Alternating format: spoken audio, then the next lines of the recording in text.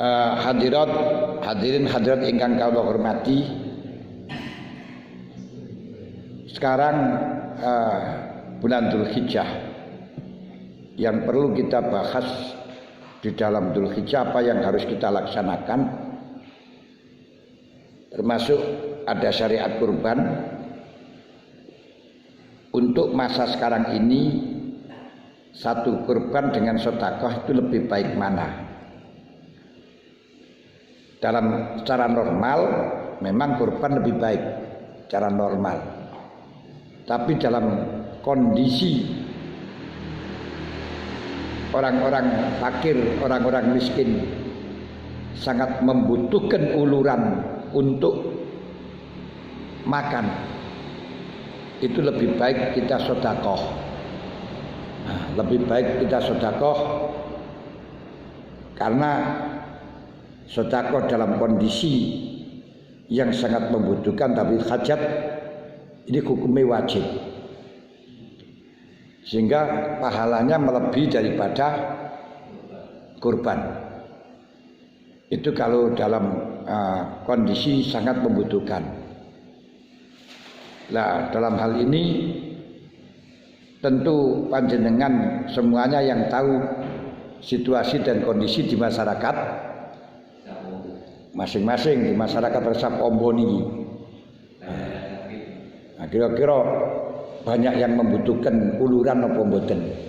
Kalau banyak, dia sangat membutuhkan uang daripada daging misalnya, sudahlah, tidak usah kurban, kita tasarrufkan uang itu, lebih banyak pahalanya dalam kondisi dan situasi yang seperti ini. Karena ini Bu, sedekah ketika dalam hajat, ketika dalam keadaan hajat, ini kita wajib dan tanpa ada ganti rugi. Yani harus memberikan uluran tangan gratisan, gak boleh minta imbalan. Kedua, sebaik-baik sedekah adalah ma yahtajul mutasaddaq ilaih, yang sangat dibutuhkan oleh yang disedekahi. Makanya tanyakan pada masyarakat, kira-kira yang sangat dibutuhkan zaman saat ini nopo. Nah, waktu normal kita gak membutuhkan yang lain, yo bagus kita korban di sini. Nomor loro, dalam masalah ini untuk bulan Dzulhijjah, kita disunatkan puasa sebenarnya mulai Sabtu kemarin, tanggal 1 sampai tanggal 7, berarti sampai besok. Ketika kemarin nggak puasa ya tinggal 1 hari, tinggal diterima apa enggak, karek siji eman-eman suka enek tunggali maneh. Kalau besok nggak poso, ya menunggu tahun depan. Tahun depan kalau tidak kedahulukan corona bersamaan malaikat Israel. Kedahuluan corona dengan malaikat Israel, masya Allah. Ini yang mati, masya Allah, luar biasa. 1 minggu ini saya hitung hampir 50 kiai-kiai yang wafat. Minggu kemarin juga gitu. Punya kiai-kiai terus prihatin. Kalau mereka tidak masalah, karena malah justru menjadi istirahat dari beban mengandung amanat. Tapi yang susah yang ditinggalkan. Yang ditinggalkan ini semakin berat, karena bolone kurang. Nah, dengan semacam ini berarti besok poso, lek poso niku poso min yaumi Dzulhijjah. Lalu besok Ahad dan Senin kesunatan sendiri. Ahad itu tarwiyah, Senin Arafah. Untuk takbir, kesunatan takbir ada 2, takbir mursal, takbir muqayyad. Takbir mursal sebenarnya tidak ada dalam hadisnya, tapi dikiaskan dengan takbir yang ada di dalam Idul Fitri. Untuk takbir mursal Takbir mursal niku takbir yang tidak terikat dengan sholat. Niku dilakukan mulai malam Selasa, mulai maghrib sampai imam melaksanakan sholat Idul Adha. Kemudian takbir muqayyad, takbir yang dilakukan setelahnya sholat itu dimulai dino Arafah, berarti Senin pagi subuh. Hari Isnin subuh sudah disunatkan setelahnya sholat sebelum wiridan yang lain untuk takbir. Terserah panjenengan takbirnya berapalah. Allahu akbar, Allahu akbar, Allahu akbar. La ilaha illallah, Allahu akbar. Allahu akbar walillahil hamd. Untuk walillahil hamd niki bisa kita baca ismam walillahil hamd. Banyak suaranya tapi kita mencucu untuk menggambarkan bocor du walillahil hamd. Tapi untuk ini rupanya agak sulit dilakukan oleh orang awam. Yang akhirnya orang awam hanya mendengarkan walillahil hamd menutois gak enak mencucune. Akhirnya kehilangan dal. Juga cukup. Salah. Maka kita yang enak untuk orang awam waqaf nakal. Jadi domanya dipindah kepada dal dengan walillahil hamd. Walillahil hamd. Niku bisa walillahil hamd. Hamd yo kangelan. Walillahil hamd niku yo angel. Walillahil hamd angel. Wis kai walillahil hamd niku pakai irab nakal. Napa niku jenenge waqaf nakal. Jadi bisa walillahil hamd. Walillahil hamd. Walillahil hamd. Hamd angel. Walillahil hamd. Ini kan yo lek wong awam angel. Walillahil hamd. Kapan dikrungu dae. Enek sing ismam walillahil hamd. Akhirnya yang terdengar hanya hamd tok. Lah sing lho wong awam walillahil hamd. Ya wis gawe nek dali lan kabeh keliru. Nah, untuk belajar kepada orang awam sing krungu sing jelas. Walillahil hamd ketok krungu pisan. Walillahil hamd gak krungu.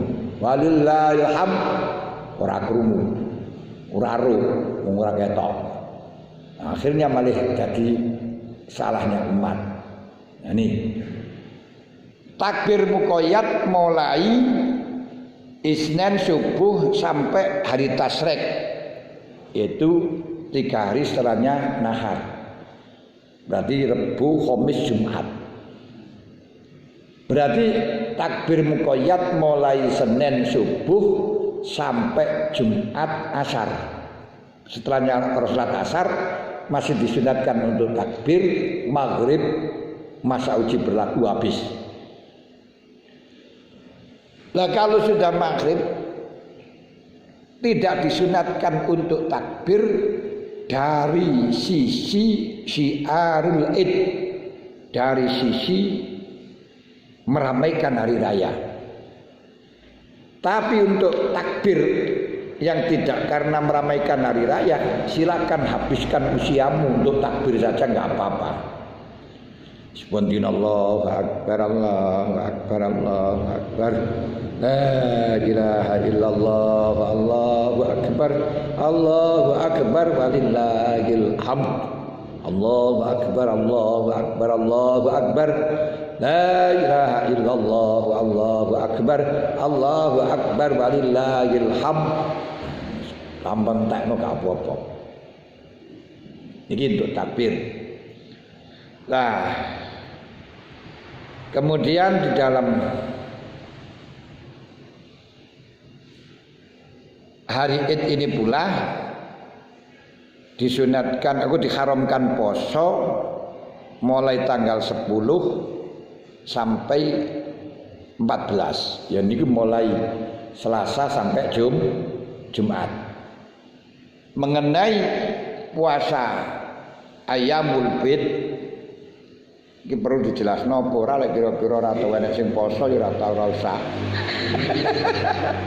Sing biasa poso dina Bid 13 11 15 iku diganti tanggal 16 aku 15 16 17. Nah, mudah-mudahan saya menjelaskan ini tidak muspro. Muspro piye? Ora tau enek sing lakoni salat puasa Bid. Dijelaskan. Ah, niku. Jadi 11 12 13 mulai 14 15 16. Diganti 14 15 16. Karena asrek kan hanya sampai tanggal 13. Berarti mulai hari Sabtu, Ahad, Senin. Niku untuk Ayyamul Bid. Lalu untuk doanya nyembelih, yang nazar dijelaskan nazar, yang sunat jelaskan sunat. Nyembelihnya, aku niatnya itu pada waktu nyembelih. Dimulai dengan Bismillahirrahmanirrahim. Allahumma salli wa sallim ala sayyidina Muhammad. Allahu akbar, Allahu akbar, Allahu akbar, Allahu akbar walillahil hamd. Terus bismillah, Allahumma hadhihi udhiyatu fulan al-masnunah. Udhiyatul fulan bin fulan al-masnunah. Minka wa ilaika fataqabbalha minhu. Terus dibeleh. Ya Allah, ini kurbannya si fulan dan fulan yang disunatkan saking panjenengan untuk panjenengan. Panjenengan terima darinya ya Allah. Lah mungkin lah kurban yang pahalanya ditujukan dihadiahkan kepada mbahnya ya tinggal nambahi. Hadhihi udhiyatu fulan bin fulan al-masnunatu minka wa ilaika ghirun wa ahda sawabaha utawa uhdiya sawabuha ganjarane dihadiahkan dateng mbahi. Oh, nggih mangke mon. Dadi ganjarane dihadiahkan dateng mbahi. Sapa jenenge mbahi niku? Ya saya kan tiyang kurban niki ngurbani mbahi, ngurbani bapaki. Dalam kitab-kitab dikatakan mengurbani mayit tanpa wasiat enggak sah. Maksudnya enggak sah.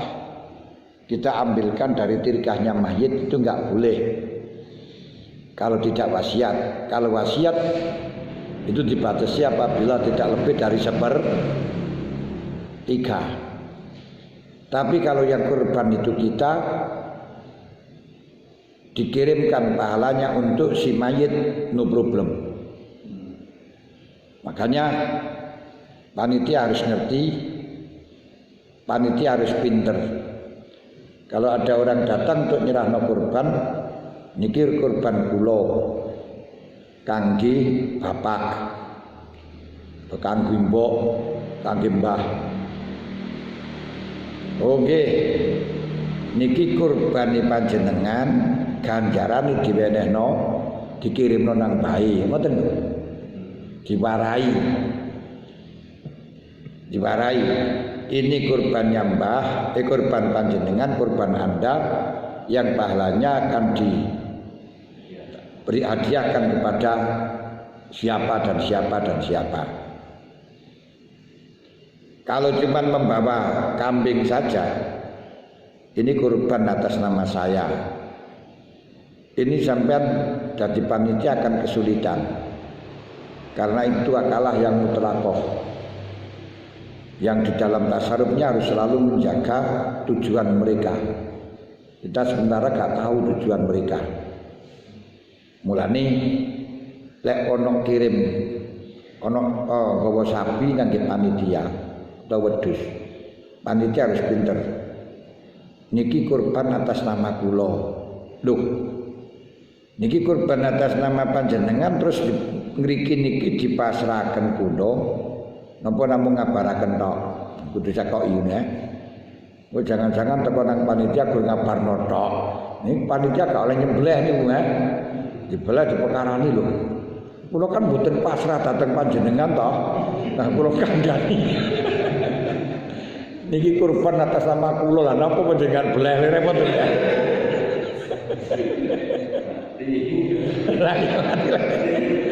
Lah dijelasno sing barang iku sing jelas. Lah nggih. Niki kurban atas nama kula. Ganjarane kangge Mbah. Terus panjenengan muni kaya ngoten niku napa maksude pasrah dhateng kula. Lha ngono lho. Oh nggih kula pasrahaken dhateng panjenengan, pasrahi penyembelihan sekaligus dum-duman napa penyembelihan tok. Mergo kurban itu setelahnya disembelih semuanya masih haknya yang kurban. Karenanya biaya untuk ngedum, kresek, konsumsi yang bekerja itu tanggung jawabnya yang berkurban. Jadi ojo memberi beban kepada panitia. Sapi kambing diserahno panitia gratisan nggak dikasih. Gratisan nggak macam sudah gratis, tapi maksud nggak dikasih konsumsi. Bukan itu kontor torok tuku apa itu kresek dan lain sebagainya. Kresek semacam itu tidak boleh diambilkan dari uang masjid karena tidak ada hubungan dengan meramaikan masjid. Oleh karenanya kalau memang ingin mempunyai kas yang digunakan untuk umum, coba masjid ini dikai kotak luru. Satu diberitahu ini untuk kemaslahatan masjid, kepentingan masjid. Yang satu ditulis ini untuk kepentingan umum, untuk kemaslahatan amah atau untuk sosial.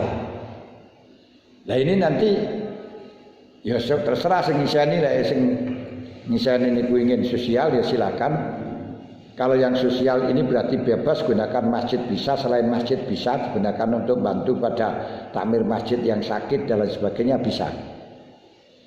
Digunakan untuk biaya kurban yang langsung bisa, digunakan untuk biaya kematian apabila orang mati tidak punya kain kita ambilkan itu bisa. Tapi kalau yang untuk masjid tidak boleh. Nah ini enek sing fanatik hanya diberikan kepada, kalau tidak masjid gak mau ya silakan, ada di tabung.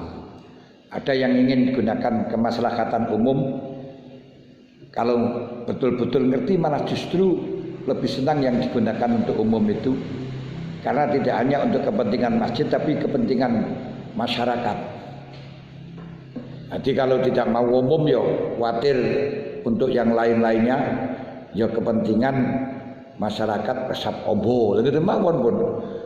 Kok ditransfer ke daerah liya ora rido yo. Ini kepentingan masyarakat resap ombo. Niku nanti kita akan bisa lebar.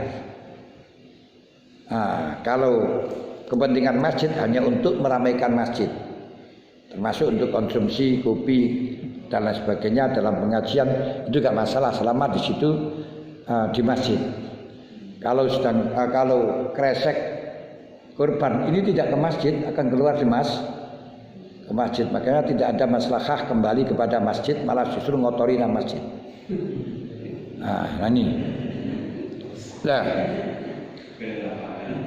Karenanya nanti ditanyakan setelahnya disembelih, ini bagaimana pandumane Pak? Itu dijelaskan. Biasanya mangke sampean mundut nopo mboten, terus ada keluarga yang perlu dikasih. Biasanya kan setelah korban keluarganya nggak dikasih kan yo menanyakan dari korban kurang juga ini dan itu dan ya. Nah itu kita tanyakan. Kalau sudah dijelaskan, oh nggih niku jenengan paringi harus dikasih. Nah, kalau pun boten terserah panitia, alhamdulillah ngoten. Nah, niku sebelum kita terjadi hal-hal yang tidak diinginkan. Dan nanti kita akan bebas pula untuk memberikan konsumsi terhadap para pekerja, penjagal dan pembagi. Sebab kalau kita tidak izin terus kita gunakan untuk konsumsi para pekerja itu tidak sah. Bukan duit dijukuk lho ya. Makanya sama njaluk izin. Nah, ketika sudah minta izin untuk konsumsi panitia ini masih samar. Kalau memang itu untuk opah atau imbalan pekerja tidak sah, karena akan menjadi ganti rugi. Kalau memang pekerjanya itu sukarela, terus dikasih sukarela juga, no problem. Itu kalau sudah mendapat izin. Nah, makanya harus betul-betul teliti dalam hal ini. Kalau bisa nanti diminta, niki kula jaluk nggih. Nah, setelahnya dimiliki, baru nanti akan kita bagikan untuk konsumsi pada orang-orang yang bekerja, kan no problem karena sudah milik kita. Nah, niku dijawab. Di kaidahnya, kesimpulannya bahwa binatang kurban itu setelahnya disembelih masih miliknya yang berkurban. Panitia tidak punya hak untuk membagi kecuali mendapat pasrahan, kecuali mendapat izin. Nah, kalau tidak mendapat izin tidak sah. Nah, izin itu bisa diketahui dengan dua cara. Bisa dengan cara ucapan, bisa dengan cara uruf. Uruf itu melihat dari pantesnya. Pantesnya orang kaya mau sedekah kemana saja lagi loh. Nah itu kan malah kita sulit kalau kembalikan uruf. Karena harus menjaga dari orang tersebut, biasanya mau sedekah kepada siapa saja, ini harus kita jaga. Makanya kalau kita katakan kesbuni mangke pembagiannya, atau sampean bagi dewi, sampean para dulure, nah, pun terserah. Alhamdulillah, ini kita akan mendapatkan kebebasan itu loh. Nah, sing jelas. Kenapa? Karena masyarakat itu rata-rata nggak ngerti caranya pasrah, juga nggak ngerti, pemane niati ya ora ngerti. Panitia yang bisa niat.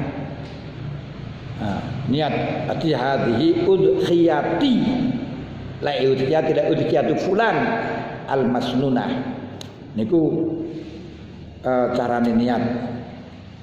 Jadi pertama di dalam ketika nyembelih, niat ketika nyembelih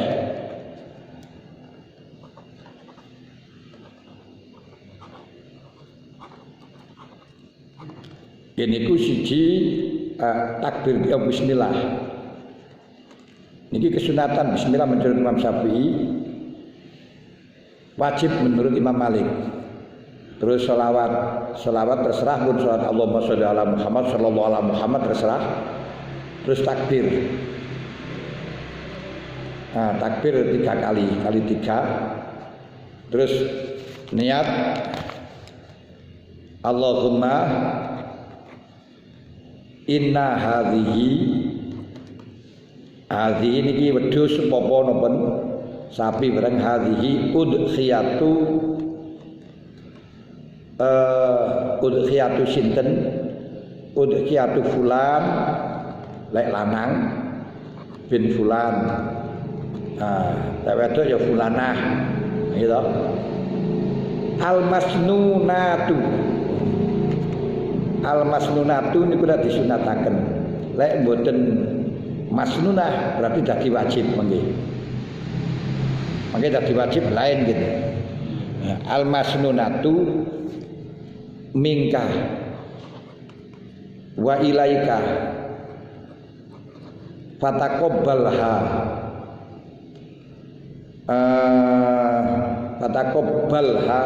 minhu. Jadi sing disunataken saking panjenengan lan maring panjenengan trima kurban iki minhu saking fulan. Lek fulanah ya minha. Kemudian lek pancen ganjarane niku di hadiaken nggih hadhihi udhiyatul fulan bin fulan al-masnunatu wa uhdi, ditambahi wa uhdi lan den hadiaken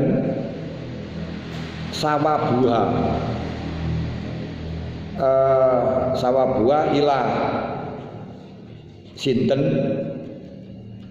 disebutaken.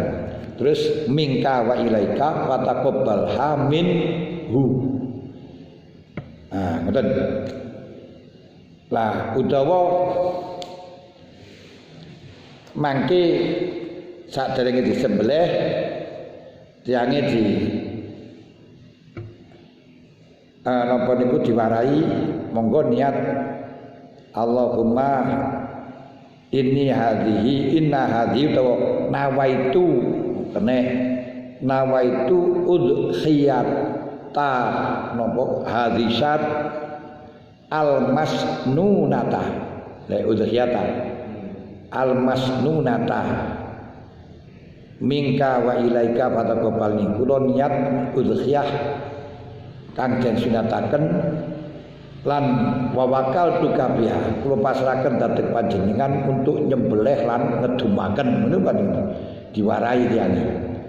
Mengko lek gak diwarai engko mboten saged. Lah untuk kurban menurut ulama Syafi'i dan Hanafi sapi untuk orang 7 baik satu keluarga atau tidak satu keluarga. Kalau kambing untuk orang 1 menurut ulama Syafi'i dan Abu Hanifah, hanya saja kalau menurut Imam Syafi'i kurban hukumnya sunat, kalau Abu Hanifah kurban hukumnya wajib. Kalau menurut Imam Malik jika wajib kifayah sama dengan Imam Syafi'i. Hanya saja untuk satu keluarga itu satu binatang. Berapapun banyaknya keluarga, satu binatang, entah itu kambing atau sapi. Tidak cukup satu binatang untuk 2 keluarga. Misalnya sapi digunakan 2 keluarga, itu tidak cukup.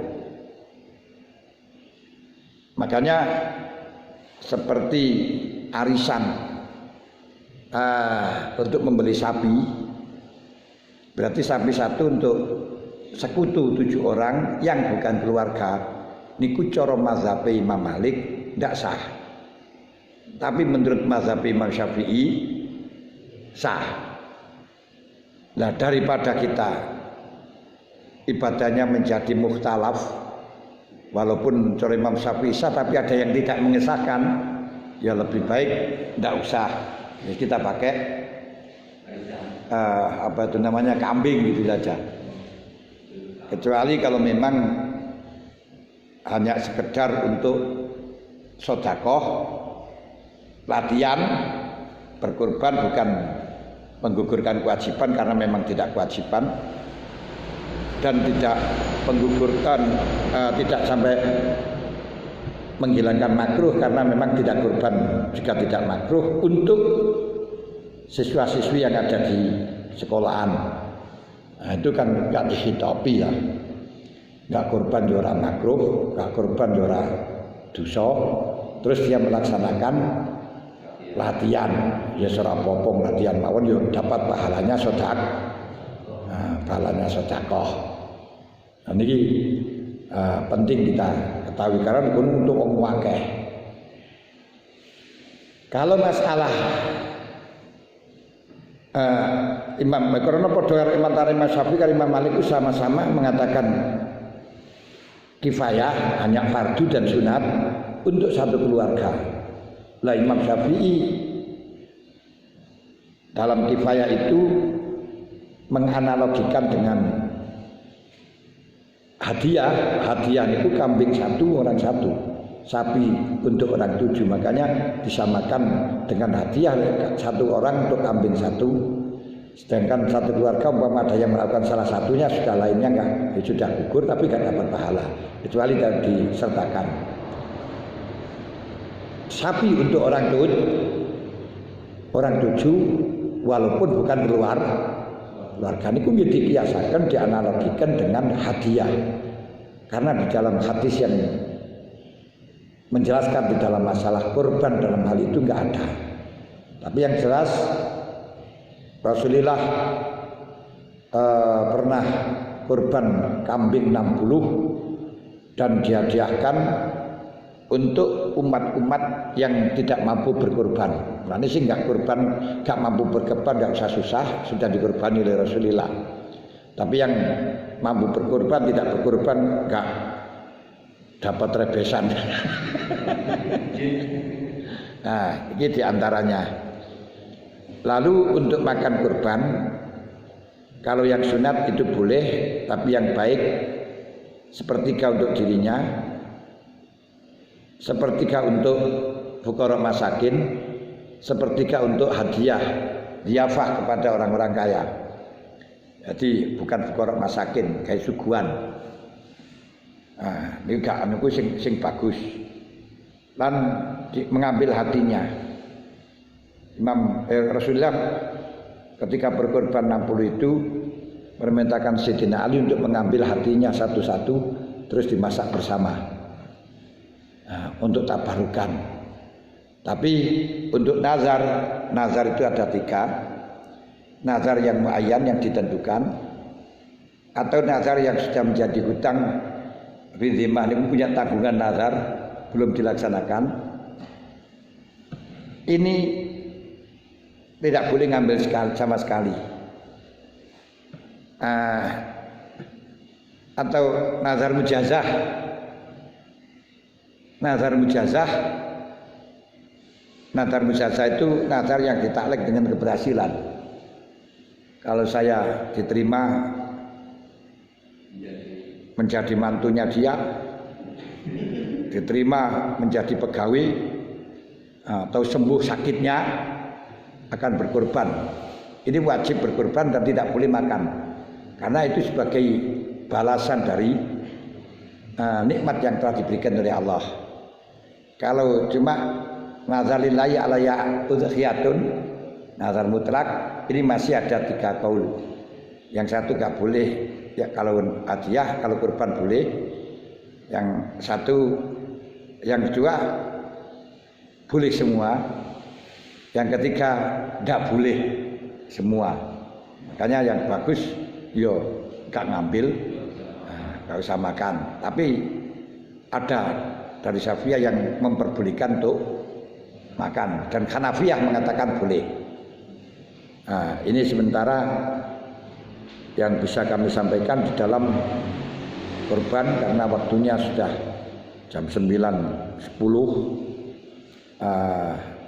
Tinggal kalau ada yang ditanyakan saja, karena kalau saya menjelaskan sampai detail, sampai tasarruf dan lain sebagainya juga nutut niku pagi dawa banget. Cuman kalau ada yang ditanyakan dari ini kami persilakan.